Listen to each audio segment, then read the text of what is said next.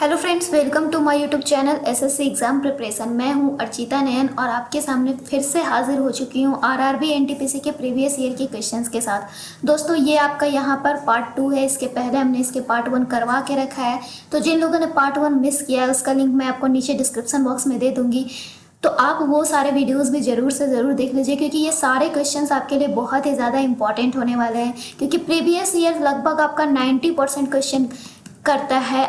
आपको यहाँ से पता चलेगा किस तरीके से क्वेश्चंस पूछे जाते हैं, करंट अफेयर्स के कितने क्वेश्चंस पूछे जा रहे हैं, मैथ्स में किस टॉपिक से किस तरीके के क्वेश्चंस पूछे जा रहे हैं, जो कि आपके लिए बहुत ही ज़्यादा इंपॉर्टेंट होता है। तो चलिए शुरू करते हैं।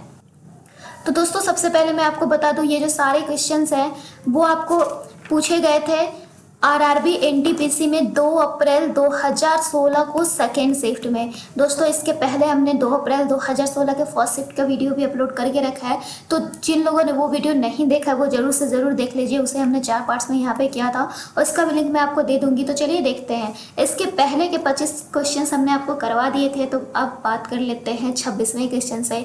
सवाल नंबर 26 है, मुगल साम्राज्य की स्थापना किसके द्वारा की गई थी? 4 ऑप्शंस हैं आपके पास, बाबर, हुमायूं, अकबर या शाहजहां। अगर आपको इसके आंसर्स पता है तो वीडियो को पॉज कीजिए और इसके आंसर्स हमें देने की कोशिश ज़रूर कीजिए। तो चलिए देखते हैं। अगर हम बात करते हैं मुगल साम्राज्य की स्थापना की, तो यह बाबर के द्वारा की गई, option number A.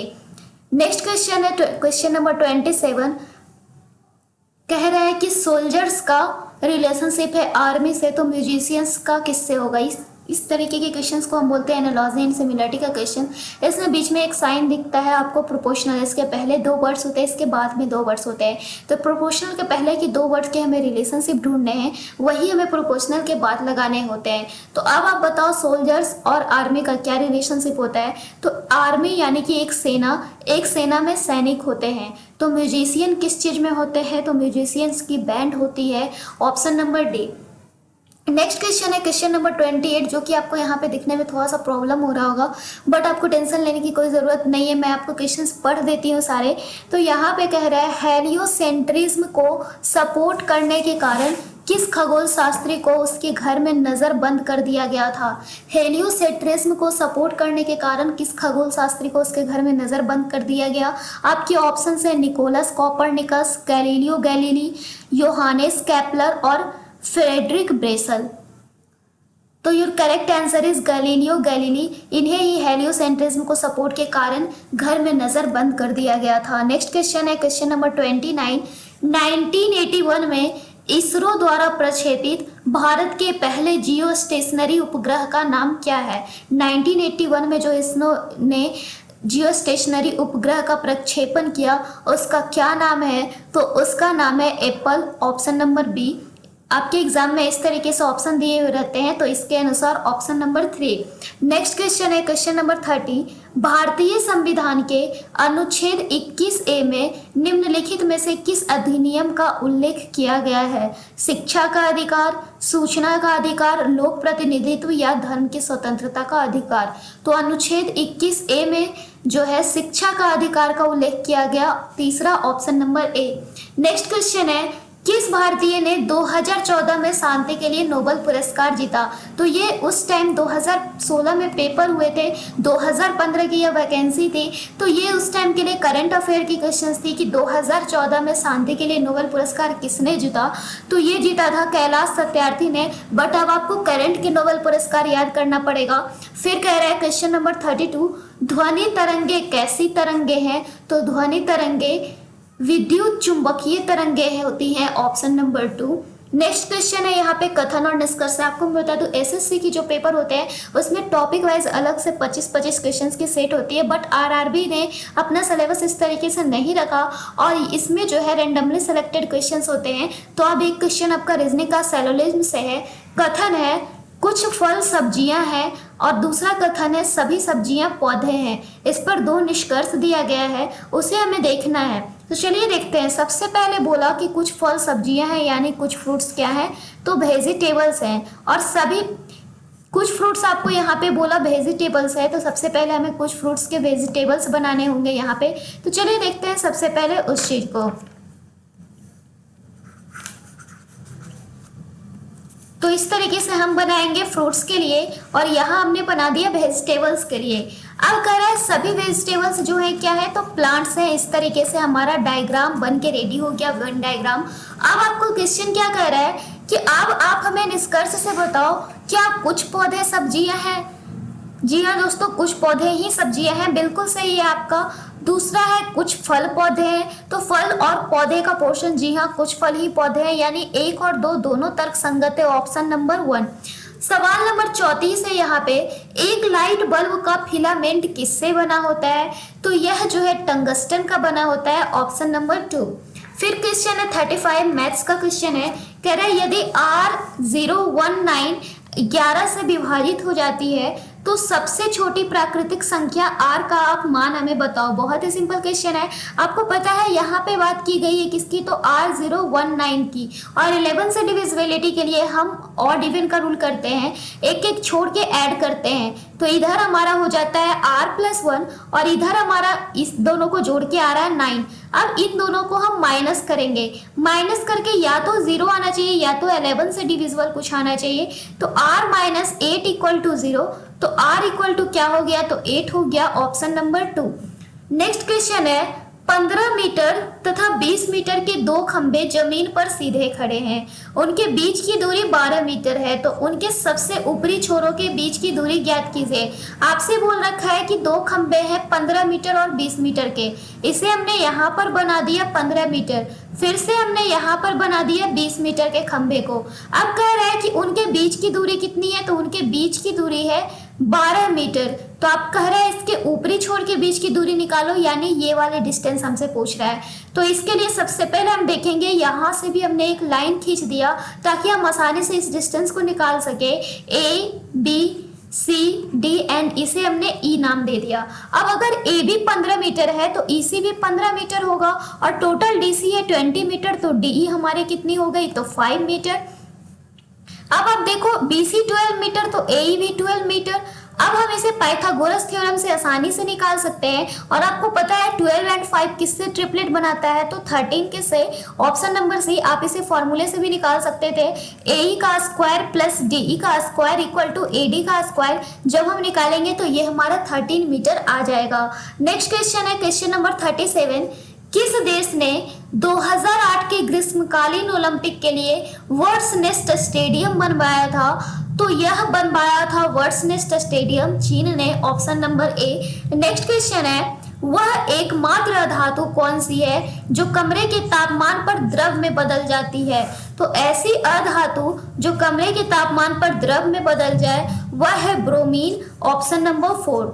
Next question reasoning का है। कह रहा है एक मंजिल पर 2 पंक्तियों में 6 फ्लैट हैं, उनमें से 3 उत्तर दिशा की ओर है और अन्य 3 दक्षिण दिशा की ओर है। ये फ्लैट आपको नाम दिए गए हैं कि इन लोगों के बीच आवंटित किए गए हैं।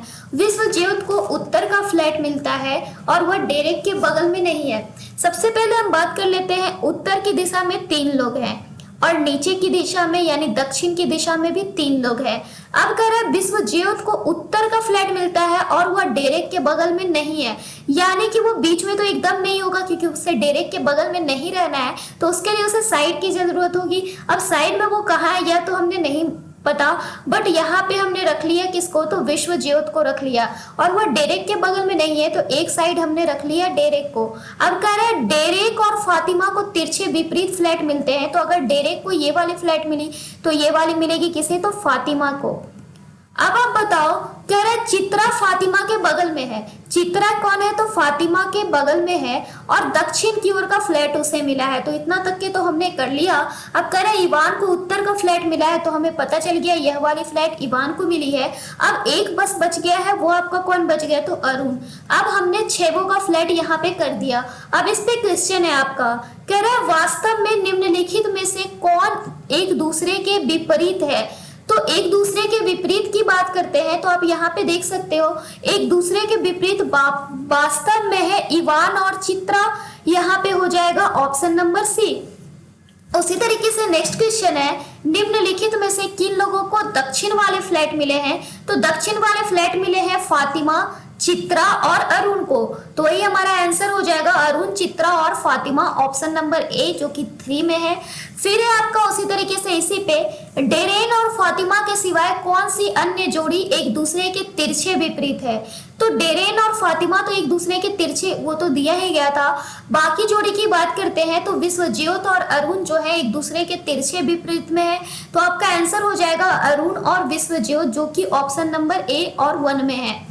नेक्स्ट क्वेश्चन है क्वेश्चन नंबर 42। निम्नलिखित जीवों में से कौन सा जीव मुकुलन या बडिंग द्वारा प्रजनन नहीं करता। कौन सा जीव है जो मुकुलन के द्वारा प्रजनन नहीं करता। मूंगा, हाइड्रा, स्पंज या एनेलिडो। तो वह है एनेलिडो, ऑप्शन नंबर डी जो कि 4 में है। फिर है क्वेश्चन नंबर 43। किस नेता ने ऑर्थोडॉक्स क्रिश्चियनिटी को रूस के आधिकारिक धर्म के रूप में अपनाया था। तो यह जो है ऑर्थोडॉक्स क्रिश्चियनिटी को रूस के आधिकारिक धर्म के रूप में अपनाया था व्लादिमीर द ग्रेट ने, ऑप्शन नंबर 4। नेक्स्ट क्वेश्चन है क्वेश्चन नंबर 44 मैथ्स का है। कह रहे हैं एक त्रिभुज एबीसी का क्षेत्रफल कितना है। तो 63 वर्ग यूनिट। एक त्रिभुज है एबीसी जिसका क्षेत्रफल आपको दे के रखा है कितना है। तो 63 वर्ग यूनिट। कह रहे हैं दो समांतर रेखाएं हैं डीई और एफजी जो कि एबी और एसी को 3 बराबर भागों में विभाजित करते हैं। इस तरीके से हमने बना दिया, एक हो गया डीई और दूसरा हो गया एफजी। कह रहे हैं एबी और एसी को 3 बराबर भागों में बांट करते हैं, यानी कि अगर ये 1 है तो यह भी 1 होगा, यह भी 1 होगा, यह भी 1 एंड यह भी 1 और यह भी 1। हमसे पूछ रहे हैं डीईएफजी का क्षेत्रफल, यानी यह वाली पार्ट हमसे पूछ रही है। तो यह वाली पार्ट हमसे निकलेगी कैसे। तो आपको यहाँ पे देखने से पता चल रहा होगा कि ट्रायंगल जो है एडीई, बिकॉज एडी और डीएफ इक्वल है तो हम आसानी से कर सकते हैं एडीई जो है किसके समरूप है। तो एएफजी की, क्योंकि एक कॉमन भुजा ए भी है यहाँ पे, तो ये समरूप आ गए। तो हम कह सकते हैं दो त्रिभुज के जो समांतर भुजाएं होते हैं उनके वर्ग का अनुपात होता है इसके क्षेत्रफल का अनुपात। यह आप सभी को पता है। अब आप देखो, यानी कि इसका जो वर्ग होगा भुजा का वर्ग ही होगा जो क्षेत्रफल होगा। तो आसानी से हम इसे कर सकते हैं। अब अगर यह 1 है, ये वाली ए 1 है, तो इसका क्षेत्रफल 1 का स्क्वायर यानी कि 1 होगा। जबकि अगर ट्रायंगल एएफजी में बात करते हैं तो ओवरऑल ये 2 हो जाती है, तो इसका क्षेत्रफल 2 का स्क्वायर 4 एंड ट्रायंगल एबीसी की बात करें तो 3 का स्क्वायर आपका क्या हो जाएगा, तो 9। अब आप देखो पूरे ट्रायंगल एबीसी का क्षेत्रफल है 63, यानी 9 यूनिट जो है किसके बराबर है, तो 63 के। तो 1 यूनिट होगा किसके बराबर, तो 7 के। तो हमसे पूछ रहा है चतुर्भुज डीईएफजी का क्षेत्रफल। तो डीईएफजी का क्षेत्रफल क्या होगा, तो ट्रायंगल एएफजी का क्षेत्रफल माइनस ट्रायंगल एडीई का क्षेत्रफल, यानी कि 4 - 1 तो 3। तो अगर 1 यूनिट 7 के बराबर तो 3 यूनिट किसके बराबर होगा, तो 7 × 3 यानी 21 वर्ग unit, option number 2। Next question है क्वेश्चन नंबर 45। C12H22O11 किस रूप में हम जानते हैं। तो इसे हम जानते हैं चीनी यानी शुगर के रूप में, ऑप्शन नंबर बी। फिर है आपका क्वेश्चन नंबर 46। शतरंज की कौन सी गोटी सीधे चलती है किंतु तिरछी मार करती है। तो यह जो है प्यादा होता है जो कि सीधा चलता है और तिरछा मार करता है, option number 2। Next question computer से रिलेटेड है। कह रहा है जब कंप्यूटर स्विच ऑन किया जाता है तथा ऑपरेटिंग सिस्टम हार्ड डिस्क से मेन मेमोरी में लोड होता है तो उस प्रक्रिया को हम क्या कहते हैं। तो अगर हम किसी कंप्यूटर को स्विच ऑन करें और ऑपरेटिंग सिस्टम हार्ड डिस्क से मेन मेमोरी में लोड हो जाता है तो उस प्रक्रिया को हम कहते हैं booting, option number A. Question number 48 कह रहे हैं डॉग का संबंध है कैनल से, तो बी का संबंध किससे होगा। कह रहे हैं डॉग का संबंध आपसे किससे बोला, तो कैनल से बोला। तो कैनल जो होता है डॉग की रहने की जगह होती है। तो अगर हम यहाँ पर बात कर लेते हैं किस चीज की, बी यानी मधुमक्खी की, तो इसकी रहने की जगह होती है hive, option number A. Next question है $20 मिलियन खर्च करके ऑर्बिट में 8 दिन गुजरने वाला पहला अंतरिक्ष यात्री कौन था। कौन सा पहला अंतरिक्ष यात्री था जिसने $20 मिलियन खर्च करके ऑर्बिट में 8 दिन गुजारे थे। तो यह था Dennis Tito, option number C. Next question है क्वेश्चन नंबर 50। एक मेज को 10% लाभ पर बेचा गया, यदि इसका क्रय मूल्य 5% कम कर दिया जाए तो यह 7 रुपए अधिक में बिकता है तथा 20% का लाभ होता है। तो मेष का क्रय मूल्य ज्ञात करें। बहुत ही सिंपल क्वेश्चन है। हम मान लेंगे कि हमने मेष को खरीदा कितने में, तो 100 में। अब अगर हम इसे 10% प्रॉफिट में बेचेंगे, यानी हम इसे बेचेंगे कितने में, तो 110 में। अब कह रहे हैं यदि इसका क्रय मूल्य को हम 5% कम कर दें, यानी इसका क्रय मूल्य हम कितना कर दे, तो 95, और 7 रुपए अधिक में बेचे तो 20% का लाभ होता है। तो 95 में अगर खरीदा और 20% प्रॉफिट कमाना चाहे तो 95 मल्टीप्लाई बाय 120 डिवाइडेड बाय 100। 0 से 0 कैंसिल, 6 दूना 12, 5 दूना 10, 19, और ये हमारा ओवरऑल आ गया कितना, तो 114। ऐसा करने पे हम देखें हमें 4 रुपए ज्यादा देना पड़ा, बट आपका सवाल कर रहा है 7 रुपए ज्यादा देना पड़ा, यानी 7 यूनिट बराबर है किसके, तो 4 यूनिट बराबर है 7 रुपए के। तो हमसे पूछ रहा है मेष का क्रय मूल्य यानी 100 यूनिट किसके बराबर होगा, तो 7 multiply by 100 divided by 425 times, यानी 175 रुपीज के बराबर होगा। ऑप्शन नंबर ए जो कि 2 में है। तो फिलहाल इस वीडियो में इतना ही। ऐसे ही वीडियोस के लिए बने रहिए हमारे चैनल के साथ। Then bye and thanks for watching this video.